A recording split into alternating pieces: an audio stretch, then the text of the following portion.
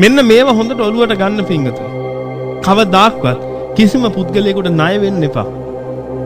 ඒ ණය වෙන්න එපා කියන හේතුව තමයි පිංගතුනි. ඒ ණය වුණොත් ඔබට ඒකාන්තයෙන්ම සසරේදී ඒ ණය ගෙවන්න වෙනවාමයි. එක ගමක පවුලක් හිටියා. ඒ පවුලේ පිරිමි දරුවා මේ ධර්මයට හරි ලැබි. මේ දරුවා ආව දවසක් ස්වාමින් වහන්සේ නමක් මුණ ගැහුවා.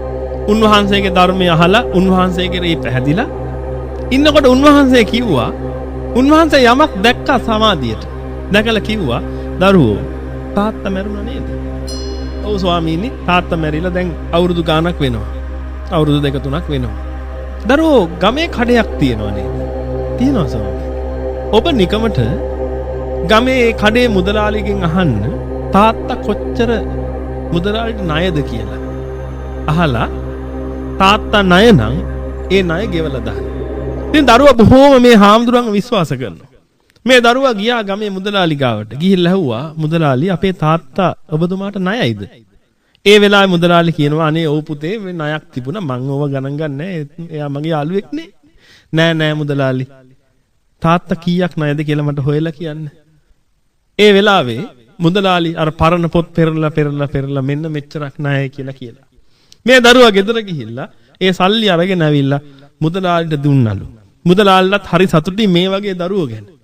මුදලාලි කිව්වලු මං දැන් මොකද්ද පුතේ කරන්න ඕනේ? මුදලාලි අපේ තාත්තා ඔබතුමාට ණය නැහැ කියලා තුන් පාරක් කියන්න කිව්වලු. තුන්වෙනි පාර කියලා ඉවරනකොටම හරකෙක් කෑ ගහන සද්දයක් ඇහුණලු එකපාරට. ගේ පිටිපස්සේ මුදලාලිගේ. එතනට ගිහිල්ලා බලද්දි මුදලාලිගේ හිටපු නාමර වස්සෙක් මැරලා වැල්ලා ඉන්නවලු ලේ පෙරාගෙන.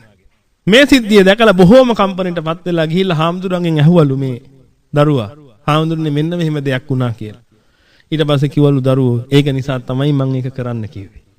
ඔබගේ තාත්තා ඒ මුදලාලිට වෙච්ච ණය පියවන්න ඒ මුදලාලිට බරාදින්න හරකෙක් වෙලා ඉපදුනේ. ඒ ණය ගෙවිලා ඉවරයි. ඒ ගනුදෙනු එතනින් පිය වුණා. ඒක නිසා තමයි එතනින් චුත වුනේ. දැන් හොඳ තැනක් ලබලා ඇති. බුද්ධ කාලෙට යන්න ඕනේ නැහැ පින්වතුනි මේ වර්තමාන කාලේ වෙච්ච සිදුවීම් මේ. හිතලා බලන්න. සසර කොයිතරම් ගනුදෙනු වලින් පිරීලාද කියලා. එතකොට ඔය පොඩි ගානකට ණය වෙලා ඔහොම ආවනම් හරකෙක් වෙන්න. මේ රටවල වලට පුදුම විදිහට ණය වෙලා යන මිනිස්සු.